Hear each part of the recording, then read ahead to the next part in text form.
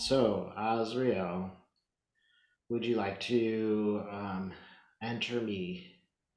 I'm stepping aside. We thank you. We're all working together here. Mm, Understand the foundation is love. The foundation of this work is love. mm, All of the work that you do, you come together with love. The communication that you have, you do with love. This is what makes you able to do this work.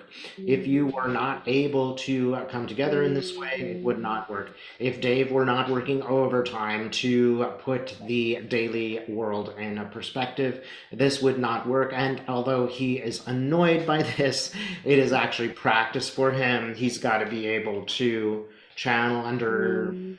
even if there is a war going on above him, he has to be able to do this work.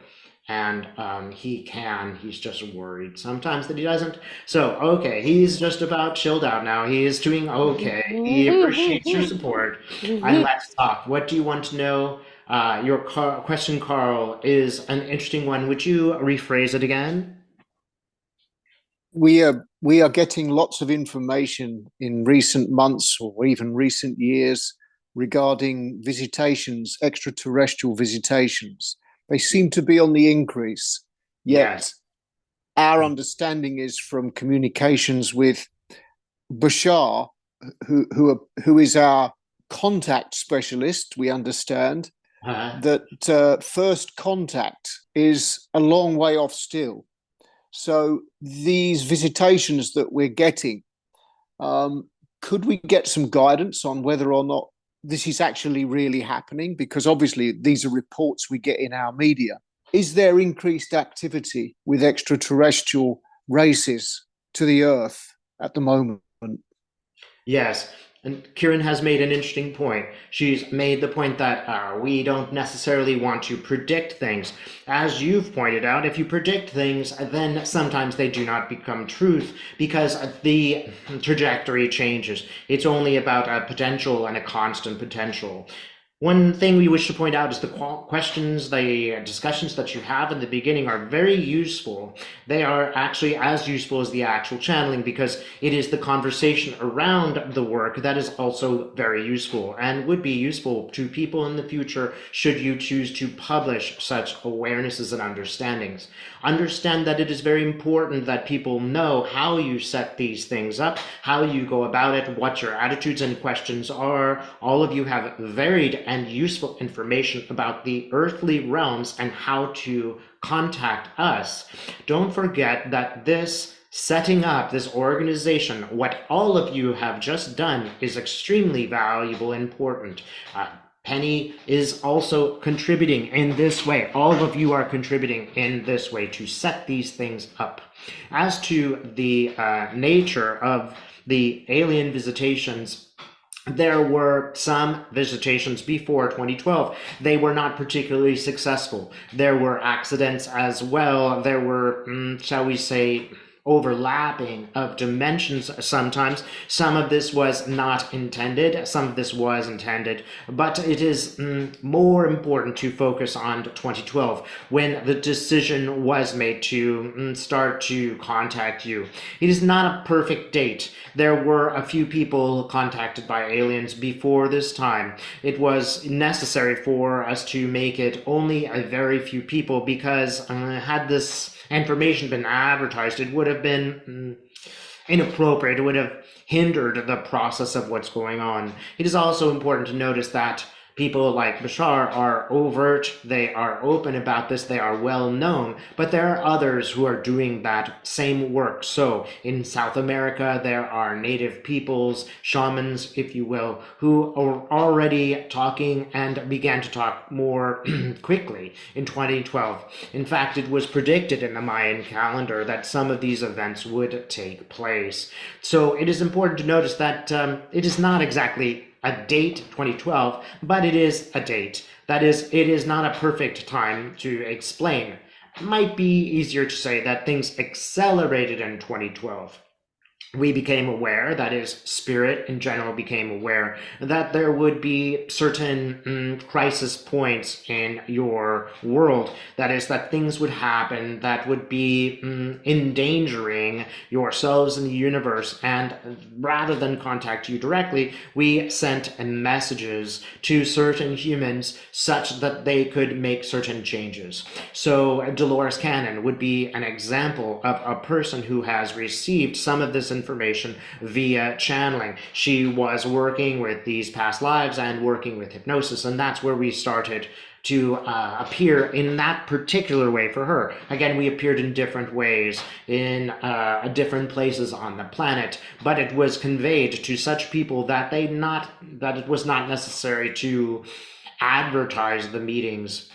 It was more useful to, at certain points, start advertising a bit, and certain characters were given this information. It's important to know that this information still, and the people still need to be managed, if you will. There is still a potential that those who have this information will do things that are not useful for you. It is also important to notice that we had to contact you as individuals. It had to be a subjective experience. Had it been more overt, again, it would not have worked out properly. So yes, you are correct. These visitations are increasing. They are generally individual, that is, mind to mind between us and an individual, as opposed to spacecraft, if you will. This is obviously well, let us say that this is insignificant to your understanding of what is being done right now. It can't be too overt. Imagine what would happen if certain political figures got hold of these tools and this information and how they would be misused. So it must come through people who are not powerful. That is, people who are not in positions where they can affect a government per se or the media per se. They must be subjective, which is why many people are skeptical, because they are always or often subjective. So yes, we needed to come. We had to, or let us say we chose to help you. We chose to aid you in ways that we often aid humans. Think of a time, for example, in your life where someone just showed up to the rescue at the right moment. Dave is thinking of a time when his car stopped working and a random stranger pushed his car until it started and the person disappeared. This was a sort of angel, and all of you have had angels take place in your life. It will be interesting to see, if you think about some particular time when someone showed up and then disappeared. That person was from spirit. They may not even have known that they were from spirit. Similarly, we are doing the same thing with you now. We are visiting in a way that we believe to be helpful, and sort of guiding you, helping you understand your lives, helping you understand the universe that you live in, and most of all, giving you greater hope. Because when you become enmeshed totally in the earthly realms, it is a bit distressing and difficult if you cannot see beyond that earthly experience. It is very important for people to know there is something beyond their earthly experience, because it gives them a sort of hope. As we mentioned before, if you are in fear of death, then it is difficult to expand. If you accept that this lifetime is just one lifetime out of many, if you accept that there is no death, it is much more interesting to look at the life that you are living. This is what you are doing, going beyond the veil. Each of you has had experiences from the time of approximately 2010 that have brought you closer and closer to this meeting. It was not accidental that you met each other. Some of you had more awareness that this would come about. Some of you had no idea that this would come about. It is of no consequence beyond the fact that you are here now communicating, and that others are doing similar work. Although we want you to know that we are extremely impressed with your work in particular. It is very, very effective, and it is effective because you exercise a good deal of awareness. That is, you are aware of your egos, you are aware of the earthly realms and the things that you must deal with, but you are also very aware that this time is special. Thank you. You are welcome. Please feel free to ask any questions you wish. I have a question about the forms that these beings take.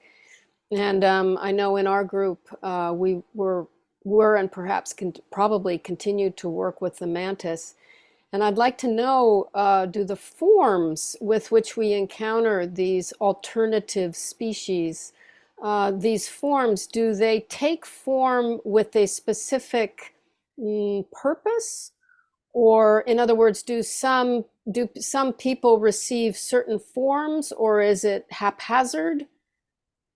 We would not say that it is haphazard at all. We would Mm, say that the forms appear to you either to teach you something or to make you comfortable. So think of the mantis. This is a strange form for you humans to think of an insect perhaps as conveying brilliant information, but we wanted you to take a look at that particular insect, if you will, and see that it has extended value far beyond it just being that insect. It is a bit like looking at something that is not beautiful and seeing the beauty that is deeper in it. So it is a bit like the words that you sometimes use be when you get closer and closer to meanings and you also expand meanings. What is the praying mm, mantis? It is mm, praying. It is also mm, misunderstood and overlooked as the beautiful creature it is by most people. Set was a beingness, if you will, that existed. That is, the mantis has a sort of ancestor, if you will, that is the mantis ancestor, and his beingness is being transported mm, in this particular way to the earth so that it can experience the earth in a particular way. It is also useful for you to see it in this particular way. It has a meaning. That is, the mm, meaning expands for all of you. And when you mm, see that thing expanded, it is almost like a marker in your consciousness. If we mm, think that everything is everything, that is not useful for you to understand. If something takes a form, like the mm, mantis, then you will consider this. You will consider its form. You might say, well, it is not really an ugly animal. It is not really unattractive. Look at the beauty underneath that. And then you will respect the beauty of everything. Even the ugliness has a certain beauty. This mm, is one of the reasons why we chose, if you will, let's just say organized, if you will, because you organized it too, this particular being to show up in that way. Others mm, in your group have seen other beings in a particular way because it was useful for them to understand and, in a way, align with such beings. mm, We go back to the original source, of course. It is all light. And it is beingless. That is, it is just a sort of gigantic light from which things emerge, and some things take certain forms, and some things take less clear and less certain mm, forms. mm, This is a very, very interesting topic, which we could speak about for some time. Bottom line is for you simply that these forms help you to learn, they help you to understand. If we were to show up as a sea monster, you might be frightened. You might fear what you are seeing before you. It would be a sort of way of stopping you from moving forward. But if mm, you see something that is somewhat ambiguous and you are curious and you move forward, it makes you feel comfortable. A praying mantis isn't something like a crocodile, which inspires fear. It's not a snake, for example. mm, So you can approach it with curiosity and a sort of love. In a mm, way, it is a little bit pathetic. It might be that one time you stepped on such an animal and you didn't think of it. Now, however, you would not do such a thing. You would see it as a sort of messenger, and mm, you would regard it mm, as an aspect of the universe mm, that is part of everything, part of you, a reflection of you, even the action of stepping on the mantis, and then later realizing that that's something that is not an ideal way to behave, will also be part of the universe. See the progression of awareness and understanding. We do not say this to make you feel guilty about stepping on the mantis. Step on the mantis so that you would come to an understanding of the mantis and ultimately come to the point where you know what the mantis is. You are in relationship to something. All of you have experienced this in some way. Perhaps you identify with a bear. It may be at some time that you are afraid of the bear. It is symbolic in the sense that if we were to show up as aliens, you might be afraid of us. Therefore, we take the cloak of Asariel. This is something that we have done for many thousands of years, is put on a benefactor cloak so that you are not afraid of what you cannot really comprehend and understand. In your terms, we might appear ugly as aliens, but as light beings, you are not afraid. This is something also important, and that is that Dave often asks for a confirmation to make certain that these are beings from the highest good. And this is a process that he needs to have so that he is not afraid and so that his clients are not afraid. Thank you. Yes, thank you. Thank you. That was beautiful. Explaining the invitation is very helpful. Yes, it's beautiful to watch. It is beautiful to watch you make these connections. It's beautiful to be a part of it. Yes, you have all worked very hard. Mm. You have worked very hard on your lives to get to this point, and you should be proud of yourselves for doing it. Do not forget this. Do not forget to be proud of yourselves for the hard work that you have done to get to this point. It is extremely important that you know this and that you know that the work that you are doing is very well received. Ask any questions that you wish, and don't worry too much if they seem a bit mundane, for there are people out there who have somewhat mundane questions. We're not encouraging you to ask about whether you will meet Mr. Right or not. We are encouraging you, however, to bring forward your concerns. Do not consider them to be relevant. My question is, will Penny have contact in the Las Vegas area? If Penny wishes to do so, she will have contact. It is a sort of one step away process for Penny. She can, at a moment, speak to them. However, she is a busy person. She has other things that she needs to do during her day. And do not forget the earthly realms. The earthly realms are important. It is very good that you manage things that when you do. When you feel that you have a bit of extra time and it is comfortable for you to do so, Penny, by all means, simply ask. You can ask at any point. You can get messages at any time. However, we feel that if you were always open, it would be totally overwhelming to you. It would be hard for you to continue daily work if we were always chattering in your ear.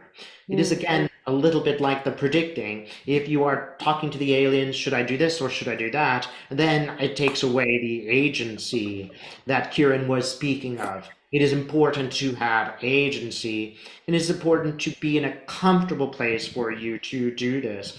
Penny could simply do this in her hotel room and achieve a great brilliance at the time, but it would be important for you, Penny, to do this when it is comfortable for you, such that other family members do not find it weird, if you will, such that you have enough time to recover and incorporate the information and then go and have dinner. This is the only thing that you really need to do, Penny, is create enough time so that you can contact on your own, have recovery, and feel comfortable talking to friends and family to some degree about what you are doing. This is the only thing that stops you, and it is okay that you take your time in this regard. we would recommend that if you do talk to aliens, if you choose to do this, that afterwards you call one of your colleagues and tell them what you have learned. Otherwise, you will be bursting at the seams with this wonderful information, and you will want to speak to the next person you see gambling at craps and tell them about the wonderful information, and they will either not understand, or you will repress the information and be carrying it around with a sort of ball of excitement in your stomach. You could even do this by email, but if someone would volunteer, or you feel comfortable asking someone to speak to you at a certain time while you're in Vegas, that would be awesome. Also, you don't even have to do it by email. You can choose someone in this group and say, after I contact the email, I'm going to be thinking about you and sending my exciting messages from my heart to yours.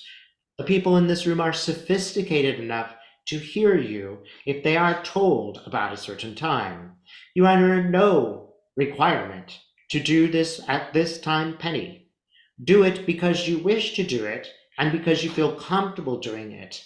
Do it also because you really want to do it. There is part of you that is excited about talking to them. And there is something about the desert that reminds you of other times you have spoken to Spirit. One thing you are asking, Penny, is to remember that time, that lifetime where you did this more as a rule. We don't want to take away the memory. We want you to go there and discover it yourself. It may happen if you wish. If it doesn't happen there, you can do so whenever you wish, in your garden, in the place where you work. Just be certain to have some time to recover, and ideally have someone to speak to about it, because you will be very excited, and the nervous energy that follows may not be ideal as you cook dinner for your family afterwards. Create a space for yourself to do this, because it's principal for you to know that it is also about you, Penny. It is about your abilities. It is, in a sense, all for you. And we want you to accept it in this, what you might call a selfish way first, before you share it with others. We want you to experience it as joyous. Do you have any questions of your own about this, Penny? So I only suggested Las Vegas because of the most recent sighting. Yes? And so I thank you very much for the information that I do not need to be there to do this. Yes? I also thank you for the support, and I will try this maybe at home before maybe Yes. I go. So it's good I'm not limited. So thank you very much for that. It is a good plan. Understand also that it is like a veil. The UFOs, as you call them, are often there, but you cannot see them. Most people cannot see them. It is only a very special person that can look in the sky at some points and see what others don't. If you choose to, do not be surprised if you see something in the air and no one else does. It's not a bad idea to be alone. It is not a bad idea to go to the woods alone. So obviously you must take some precautions and be careful. It is useful, however, for you to be in a natural place. It is appealing for you to do this in the desert, because that is how you did it the last time, Oh, in the other life. Are you starting to remember now? no, just that I need to go back and think about that. Yes, you will remember soon. I will make that a priority. And please do make it a priority to speak to another who understands you after you have made this contact. This is perhaps the most important thing. We don't want you to be alone with the information. We want you to be happy and sharing that information with someone who can confirm that you have indeed done it. Okay, thank you. You are most welcome, May I ask another question? of course.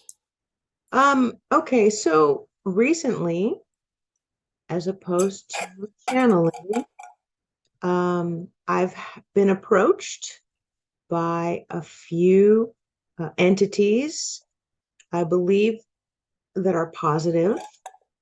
And I've asked to help heal them.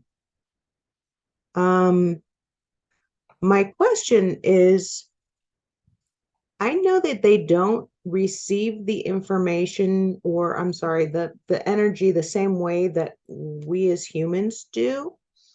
So does a little bit go a long way, or is it more of a like a Niagara Falls kind of deal? You know, when the energy comes through really fast. And is that is it making a benefit on the other side? Does that make sense? It does make sense because we see the beings that you are speaking of. The healing that you wish to send, if we understand correctly, you wish to send them healing, is that correct? I've been approached, and today would be 3 times now that And I you have been describe asked to send healing energy to an entity, and they don't look the same. And that's okay. I'm just wondering if that is, I've been thanked, but I'm wondering if that is as beneficial as I hope it has been for them, or if I need to turn it on extra to help with the healing. you must not turn on the extra. Okay. It must be only slight on your part. It is not your job to move this energy to another place. If you wish to offer encouragement, you are generous in that form. But you must not let it consume you in any other way. It should simply be a few moments, perhaps a few minutes, where you address the concerns of the energy that needs to move to the light. Once you have given a push, you must let it go. It is up to those energies to learn in their own way, and if they rely too much on you, they will not move forward. There are many ways to move the energy forward. One of them is simply to ask, what is your experience? What's it like for you? And find out. And then recommend the light. Tell them that when they go to the light, they are not judged. And move them in this way. And then release the energy and release the sort of emotional residue that exists. That is, you cannot carry the weight of the problems of this energy, if you will, beyond that moment. You must, as you do this, move the energy forward and then cut off the connection to the energy. Dave is showing you how to do this. Say to yourself, I release, I release, I release, I release, and let it go to the light, and then think no more of it. It might not be the case that these energies come to you all the time asking for your work and energy. You are doing enough work already, and it is like this. One time a child came to Dave's mom. Dave's mom's a librarian, and they kept asking her to find a book for them. Dave's mom is not the kind of person who puts up with such nonsense, and she turned to this child and said, there is the place where you can find your own book. I will show you how to do it, and I don't want to talk to you again. And she was a bit harsh with this child, who teared up because no one had ever told that child to be self-reliant. You must be like Dave's mom and be strict and say to them, I will help you this far and the rest is up to you, and then release it. It will also be wise to do this only on rare occasions. You cannot be the nurse practitioner that runs from bed to bed helping all portions of the universe to rise. You know that you're doing this because you are a lovely person, you give, and you are generous. But if you give all of this material, if you go too far with it, there will be nothing left to do the work that you are doing now. Be very judicious about moving this energy forward, and be very clear that it is ambiguous. It is not necessarily in the light at this moment. As it all comes from the light, you in your beauty see the light in all. However, there are some shades of gray in these particular forms. It is okay to move this energy forward, but you must be very judicious about how you do it. And you must let the energy know that you are available only to a certain time. And then it is up to that energy to move things through. It is very important that once you do it, you make it clear that you have stopped. You don't want this process to invade the rest of your life on Earth, or you will be doing this work all day and all night, and you will become spiritually exhausted.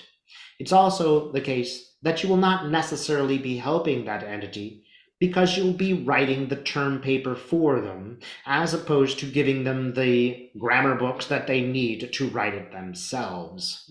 Every time you encounter this energy, I wish that you would encounter it like a good school teacher who is strict and firm, but kind.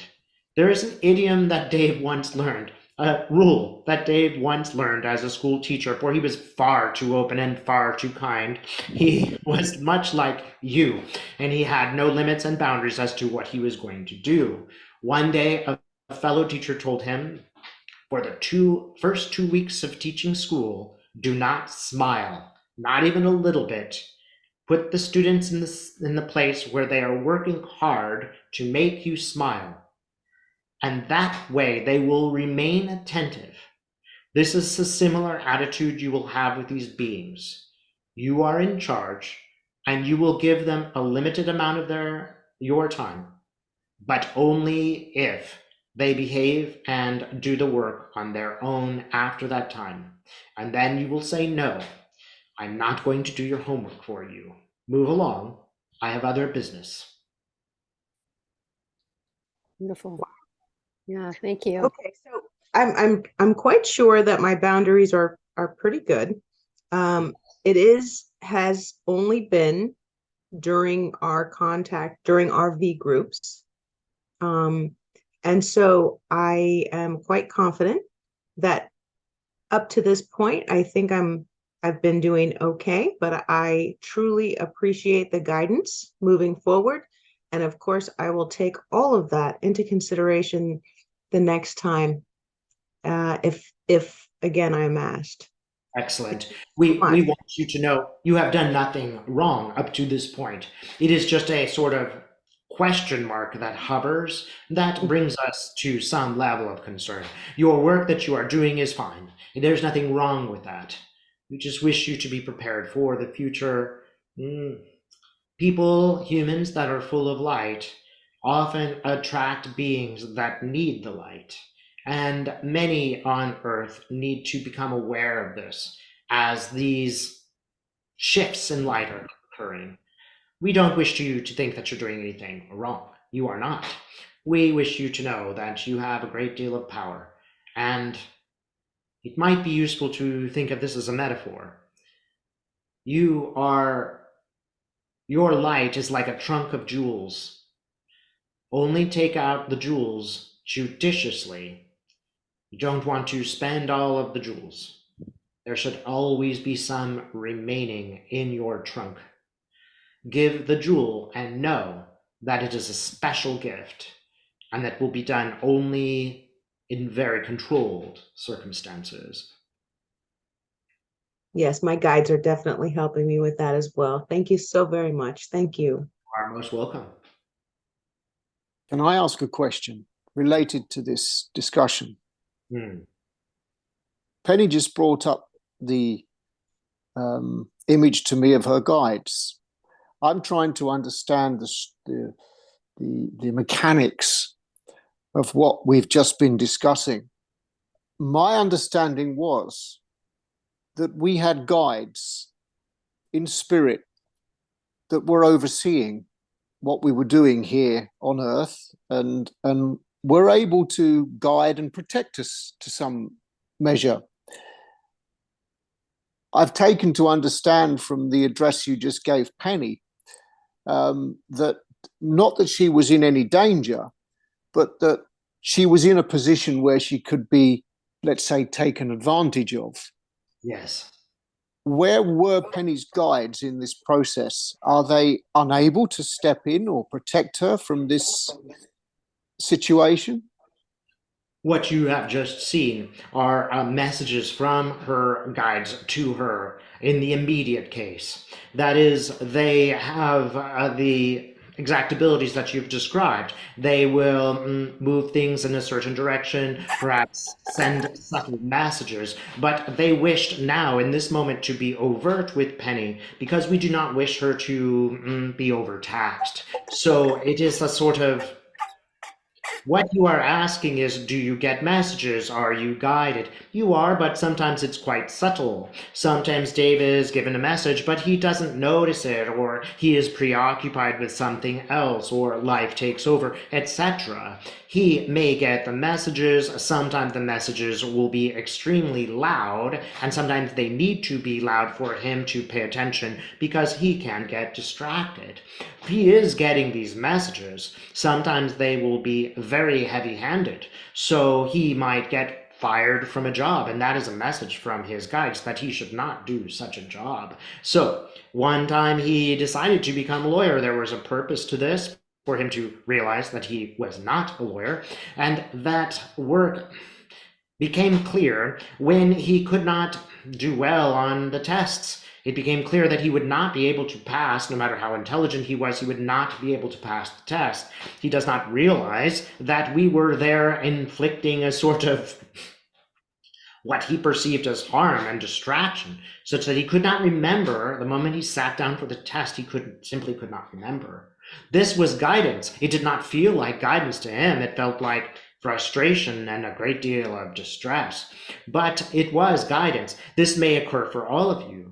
It looks like the problem is a problem, but in fact the problem is a warning. Don't go that way. Don't do this. And that is how we must operate. Sometimes we cannot appear before you as sort of ghosts and giving this kind of advice. But since Penny has engaged, and you have engaged in this particular process, we wished to make things absolutely overt for her. It was also the case, and it is also the case, that she is not really doing the wrong action yet. It's just that Penny's heart is very, very open, and her guides and we are concerned that it is protected.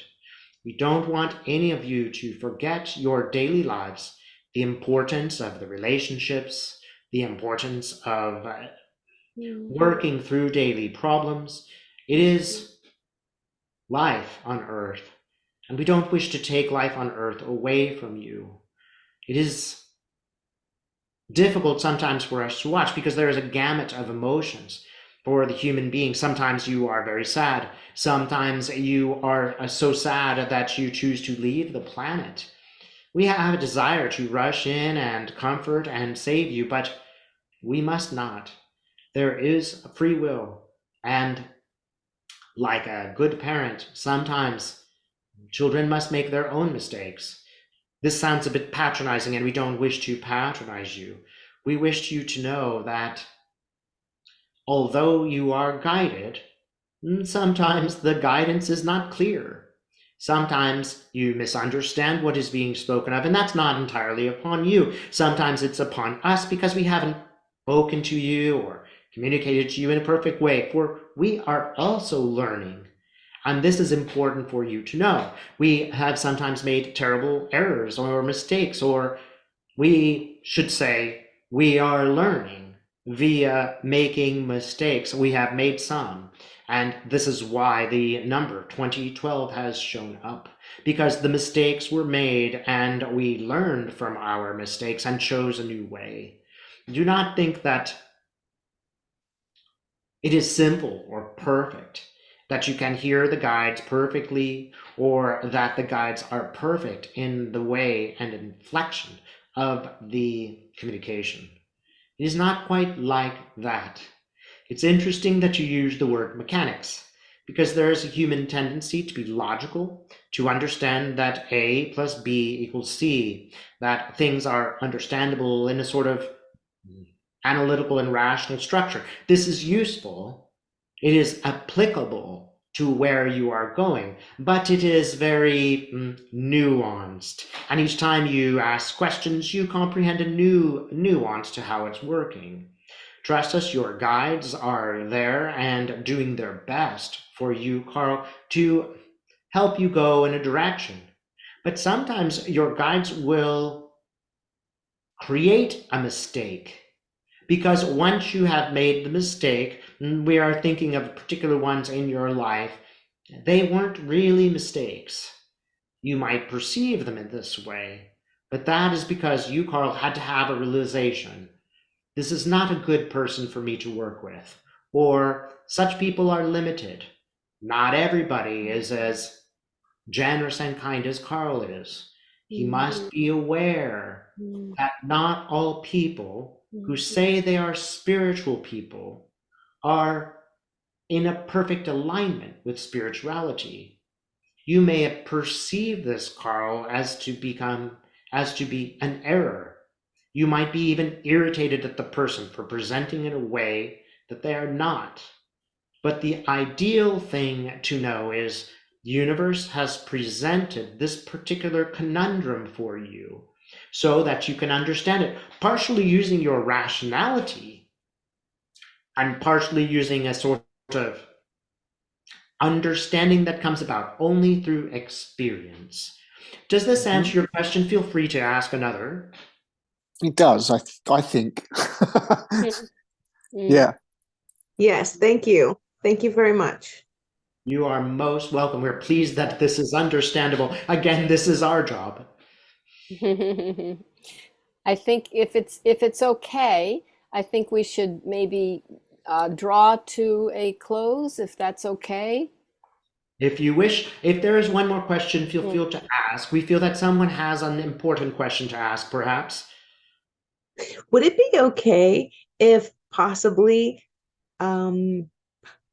when we are spiritually connecting, would it be okay that I just, instead of giving individual healing treatments, maybe I just go ahead and spread a blanket of love over everyone visiting us in that day? You can certainly do this. It will work in general as well as in individuals. The most important thing is to have a beginning and an end to such practices. However you choose to do them is up to you. We like the idea of a sort of general blanket because it's a little bit less personal. There's less possibility that the negative energies, the grayish energies, will come towards you and you will have to block them. That is a good idea, to create this sort of blanket love for all beings as they move forward, and allow it to be up to them to acknowledge the love and to move through in their own processes. Yes, it is useful and wise. Do not forget the beginning and the end. Clear the energy after you've done it. That means your day is done with such beings. Yes, thank you so very much. Thank you. You're welcome. Penny the human sprinkler. Yes. A font. Yes. In closing, we would ask that all of you receive our love, for we feel that it is about time for you to close and for us. But we would like to give you a final, let's say, download for today. Accept our love and understanding. Accept that we appreciate who you are and what you are doing. We understand that it is difficult. What you are doing is very difficult, and it requires a sort of heroic level of action to put your egos aside, to work together for ostensibly no financial or personal benefit, but just for the love of the work and for the love of the humans and understanding that you are encountering now. Please accept our love. Please accept our regard. Bless you. Thank you. Thank you. We Thank you. thank you. And we will end this transmission with all light and love. Please accept this as our gift for today.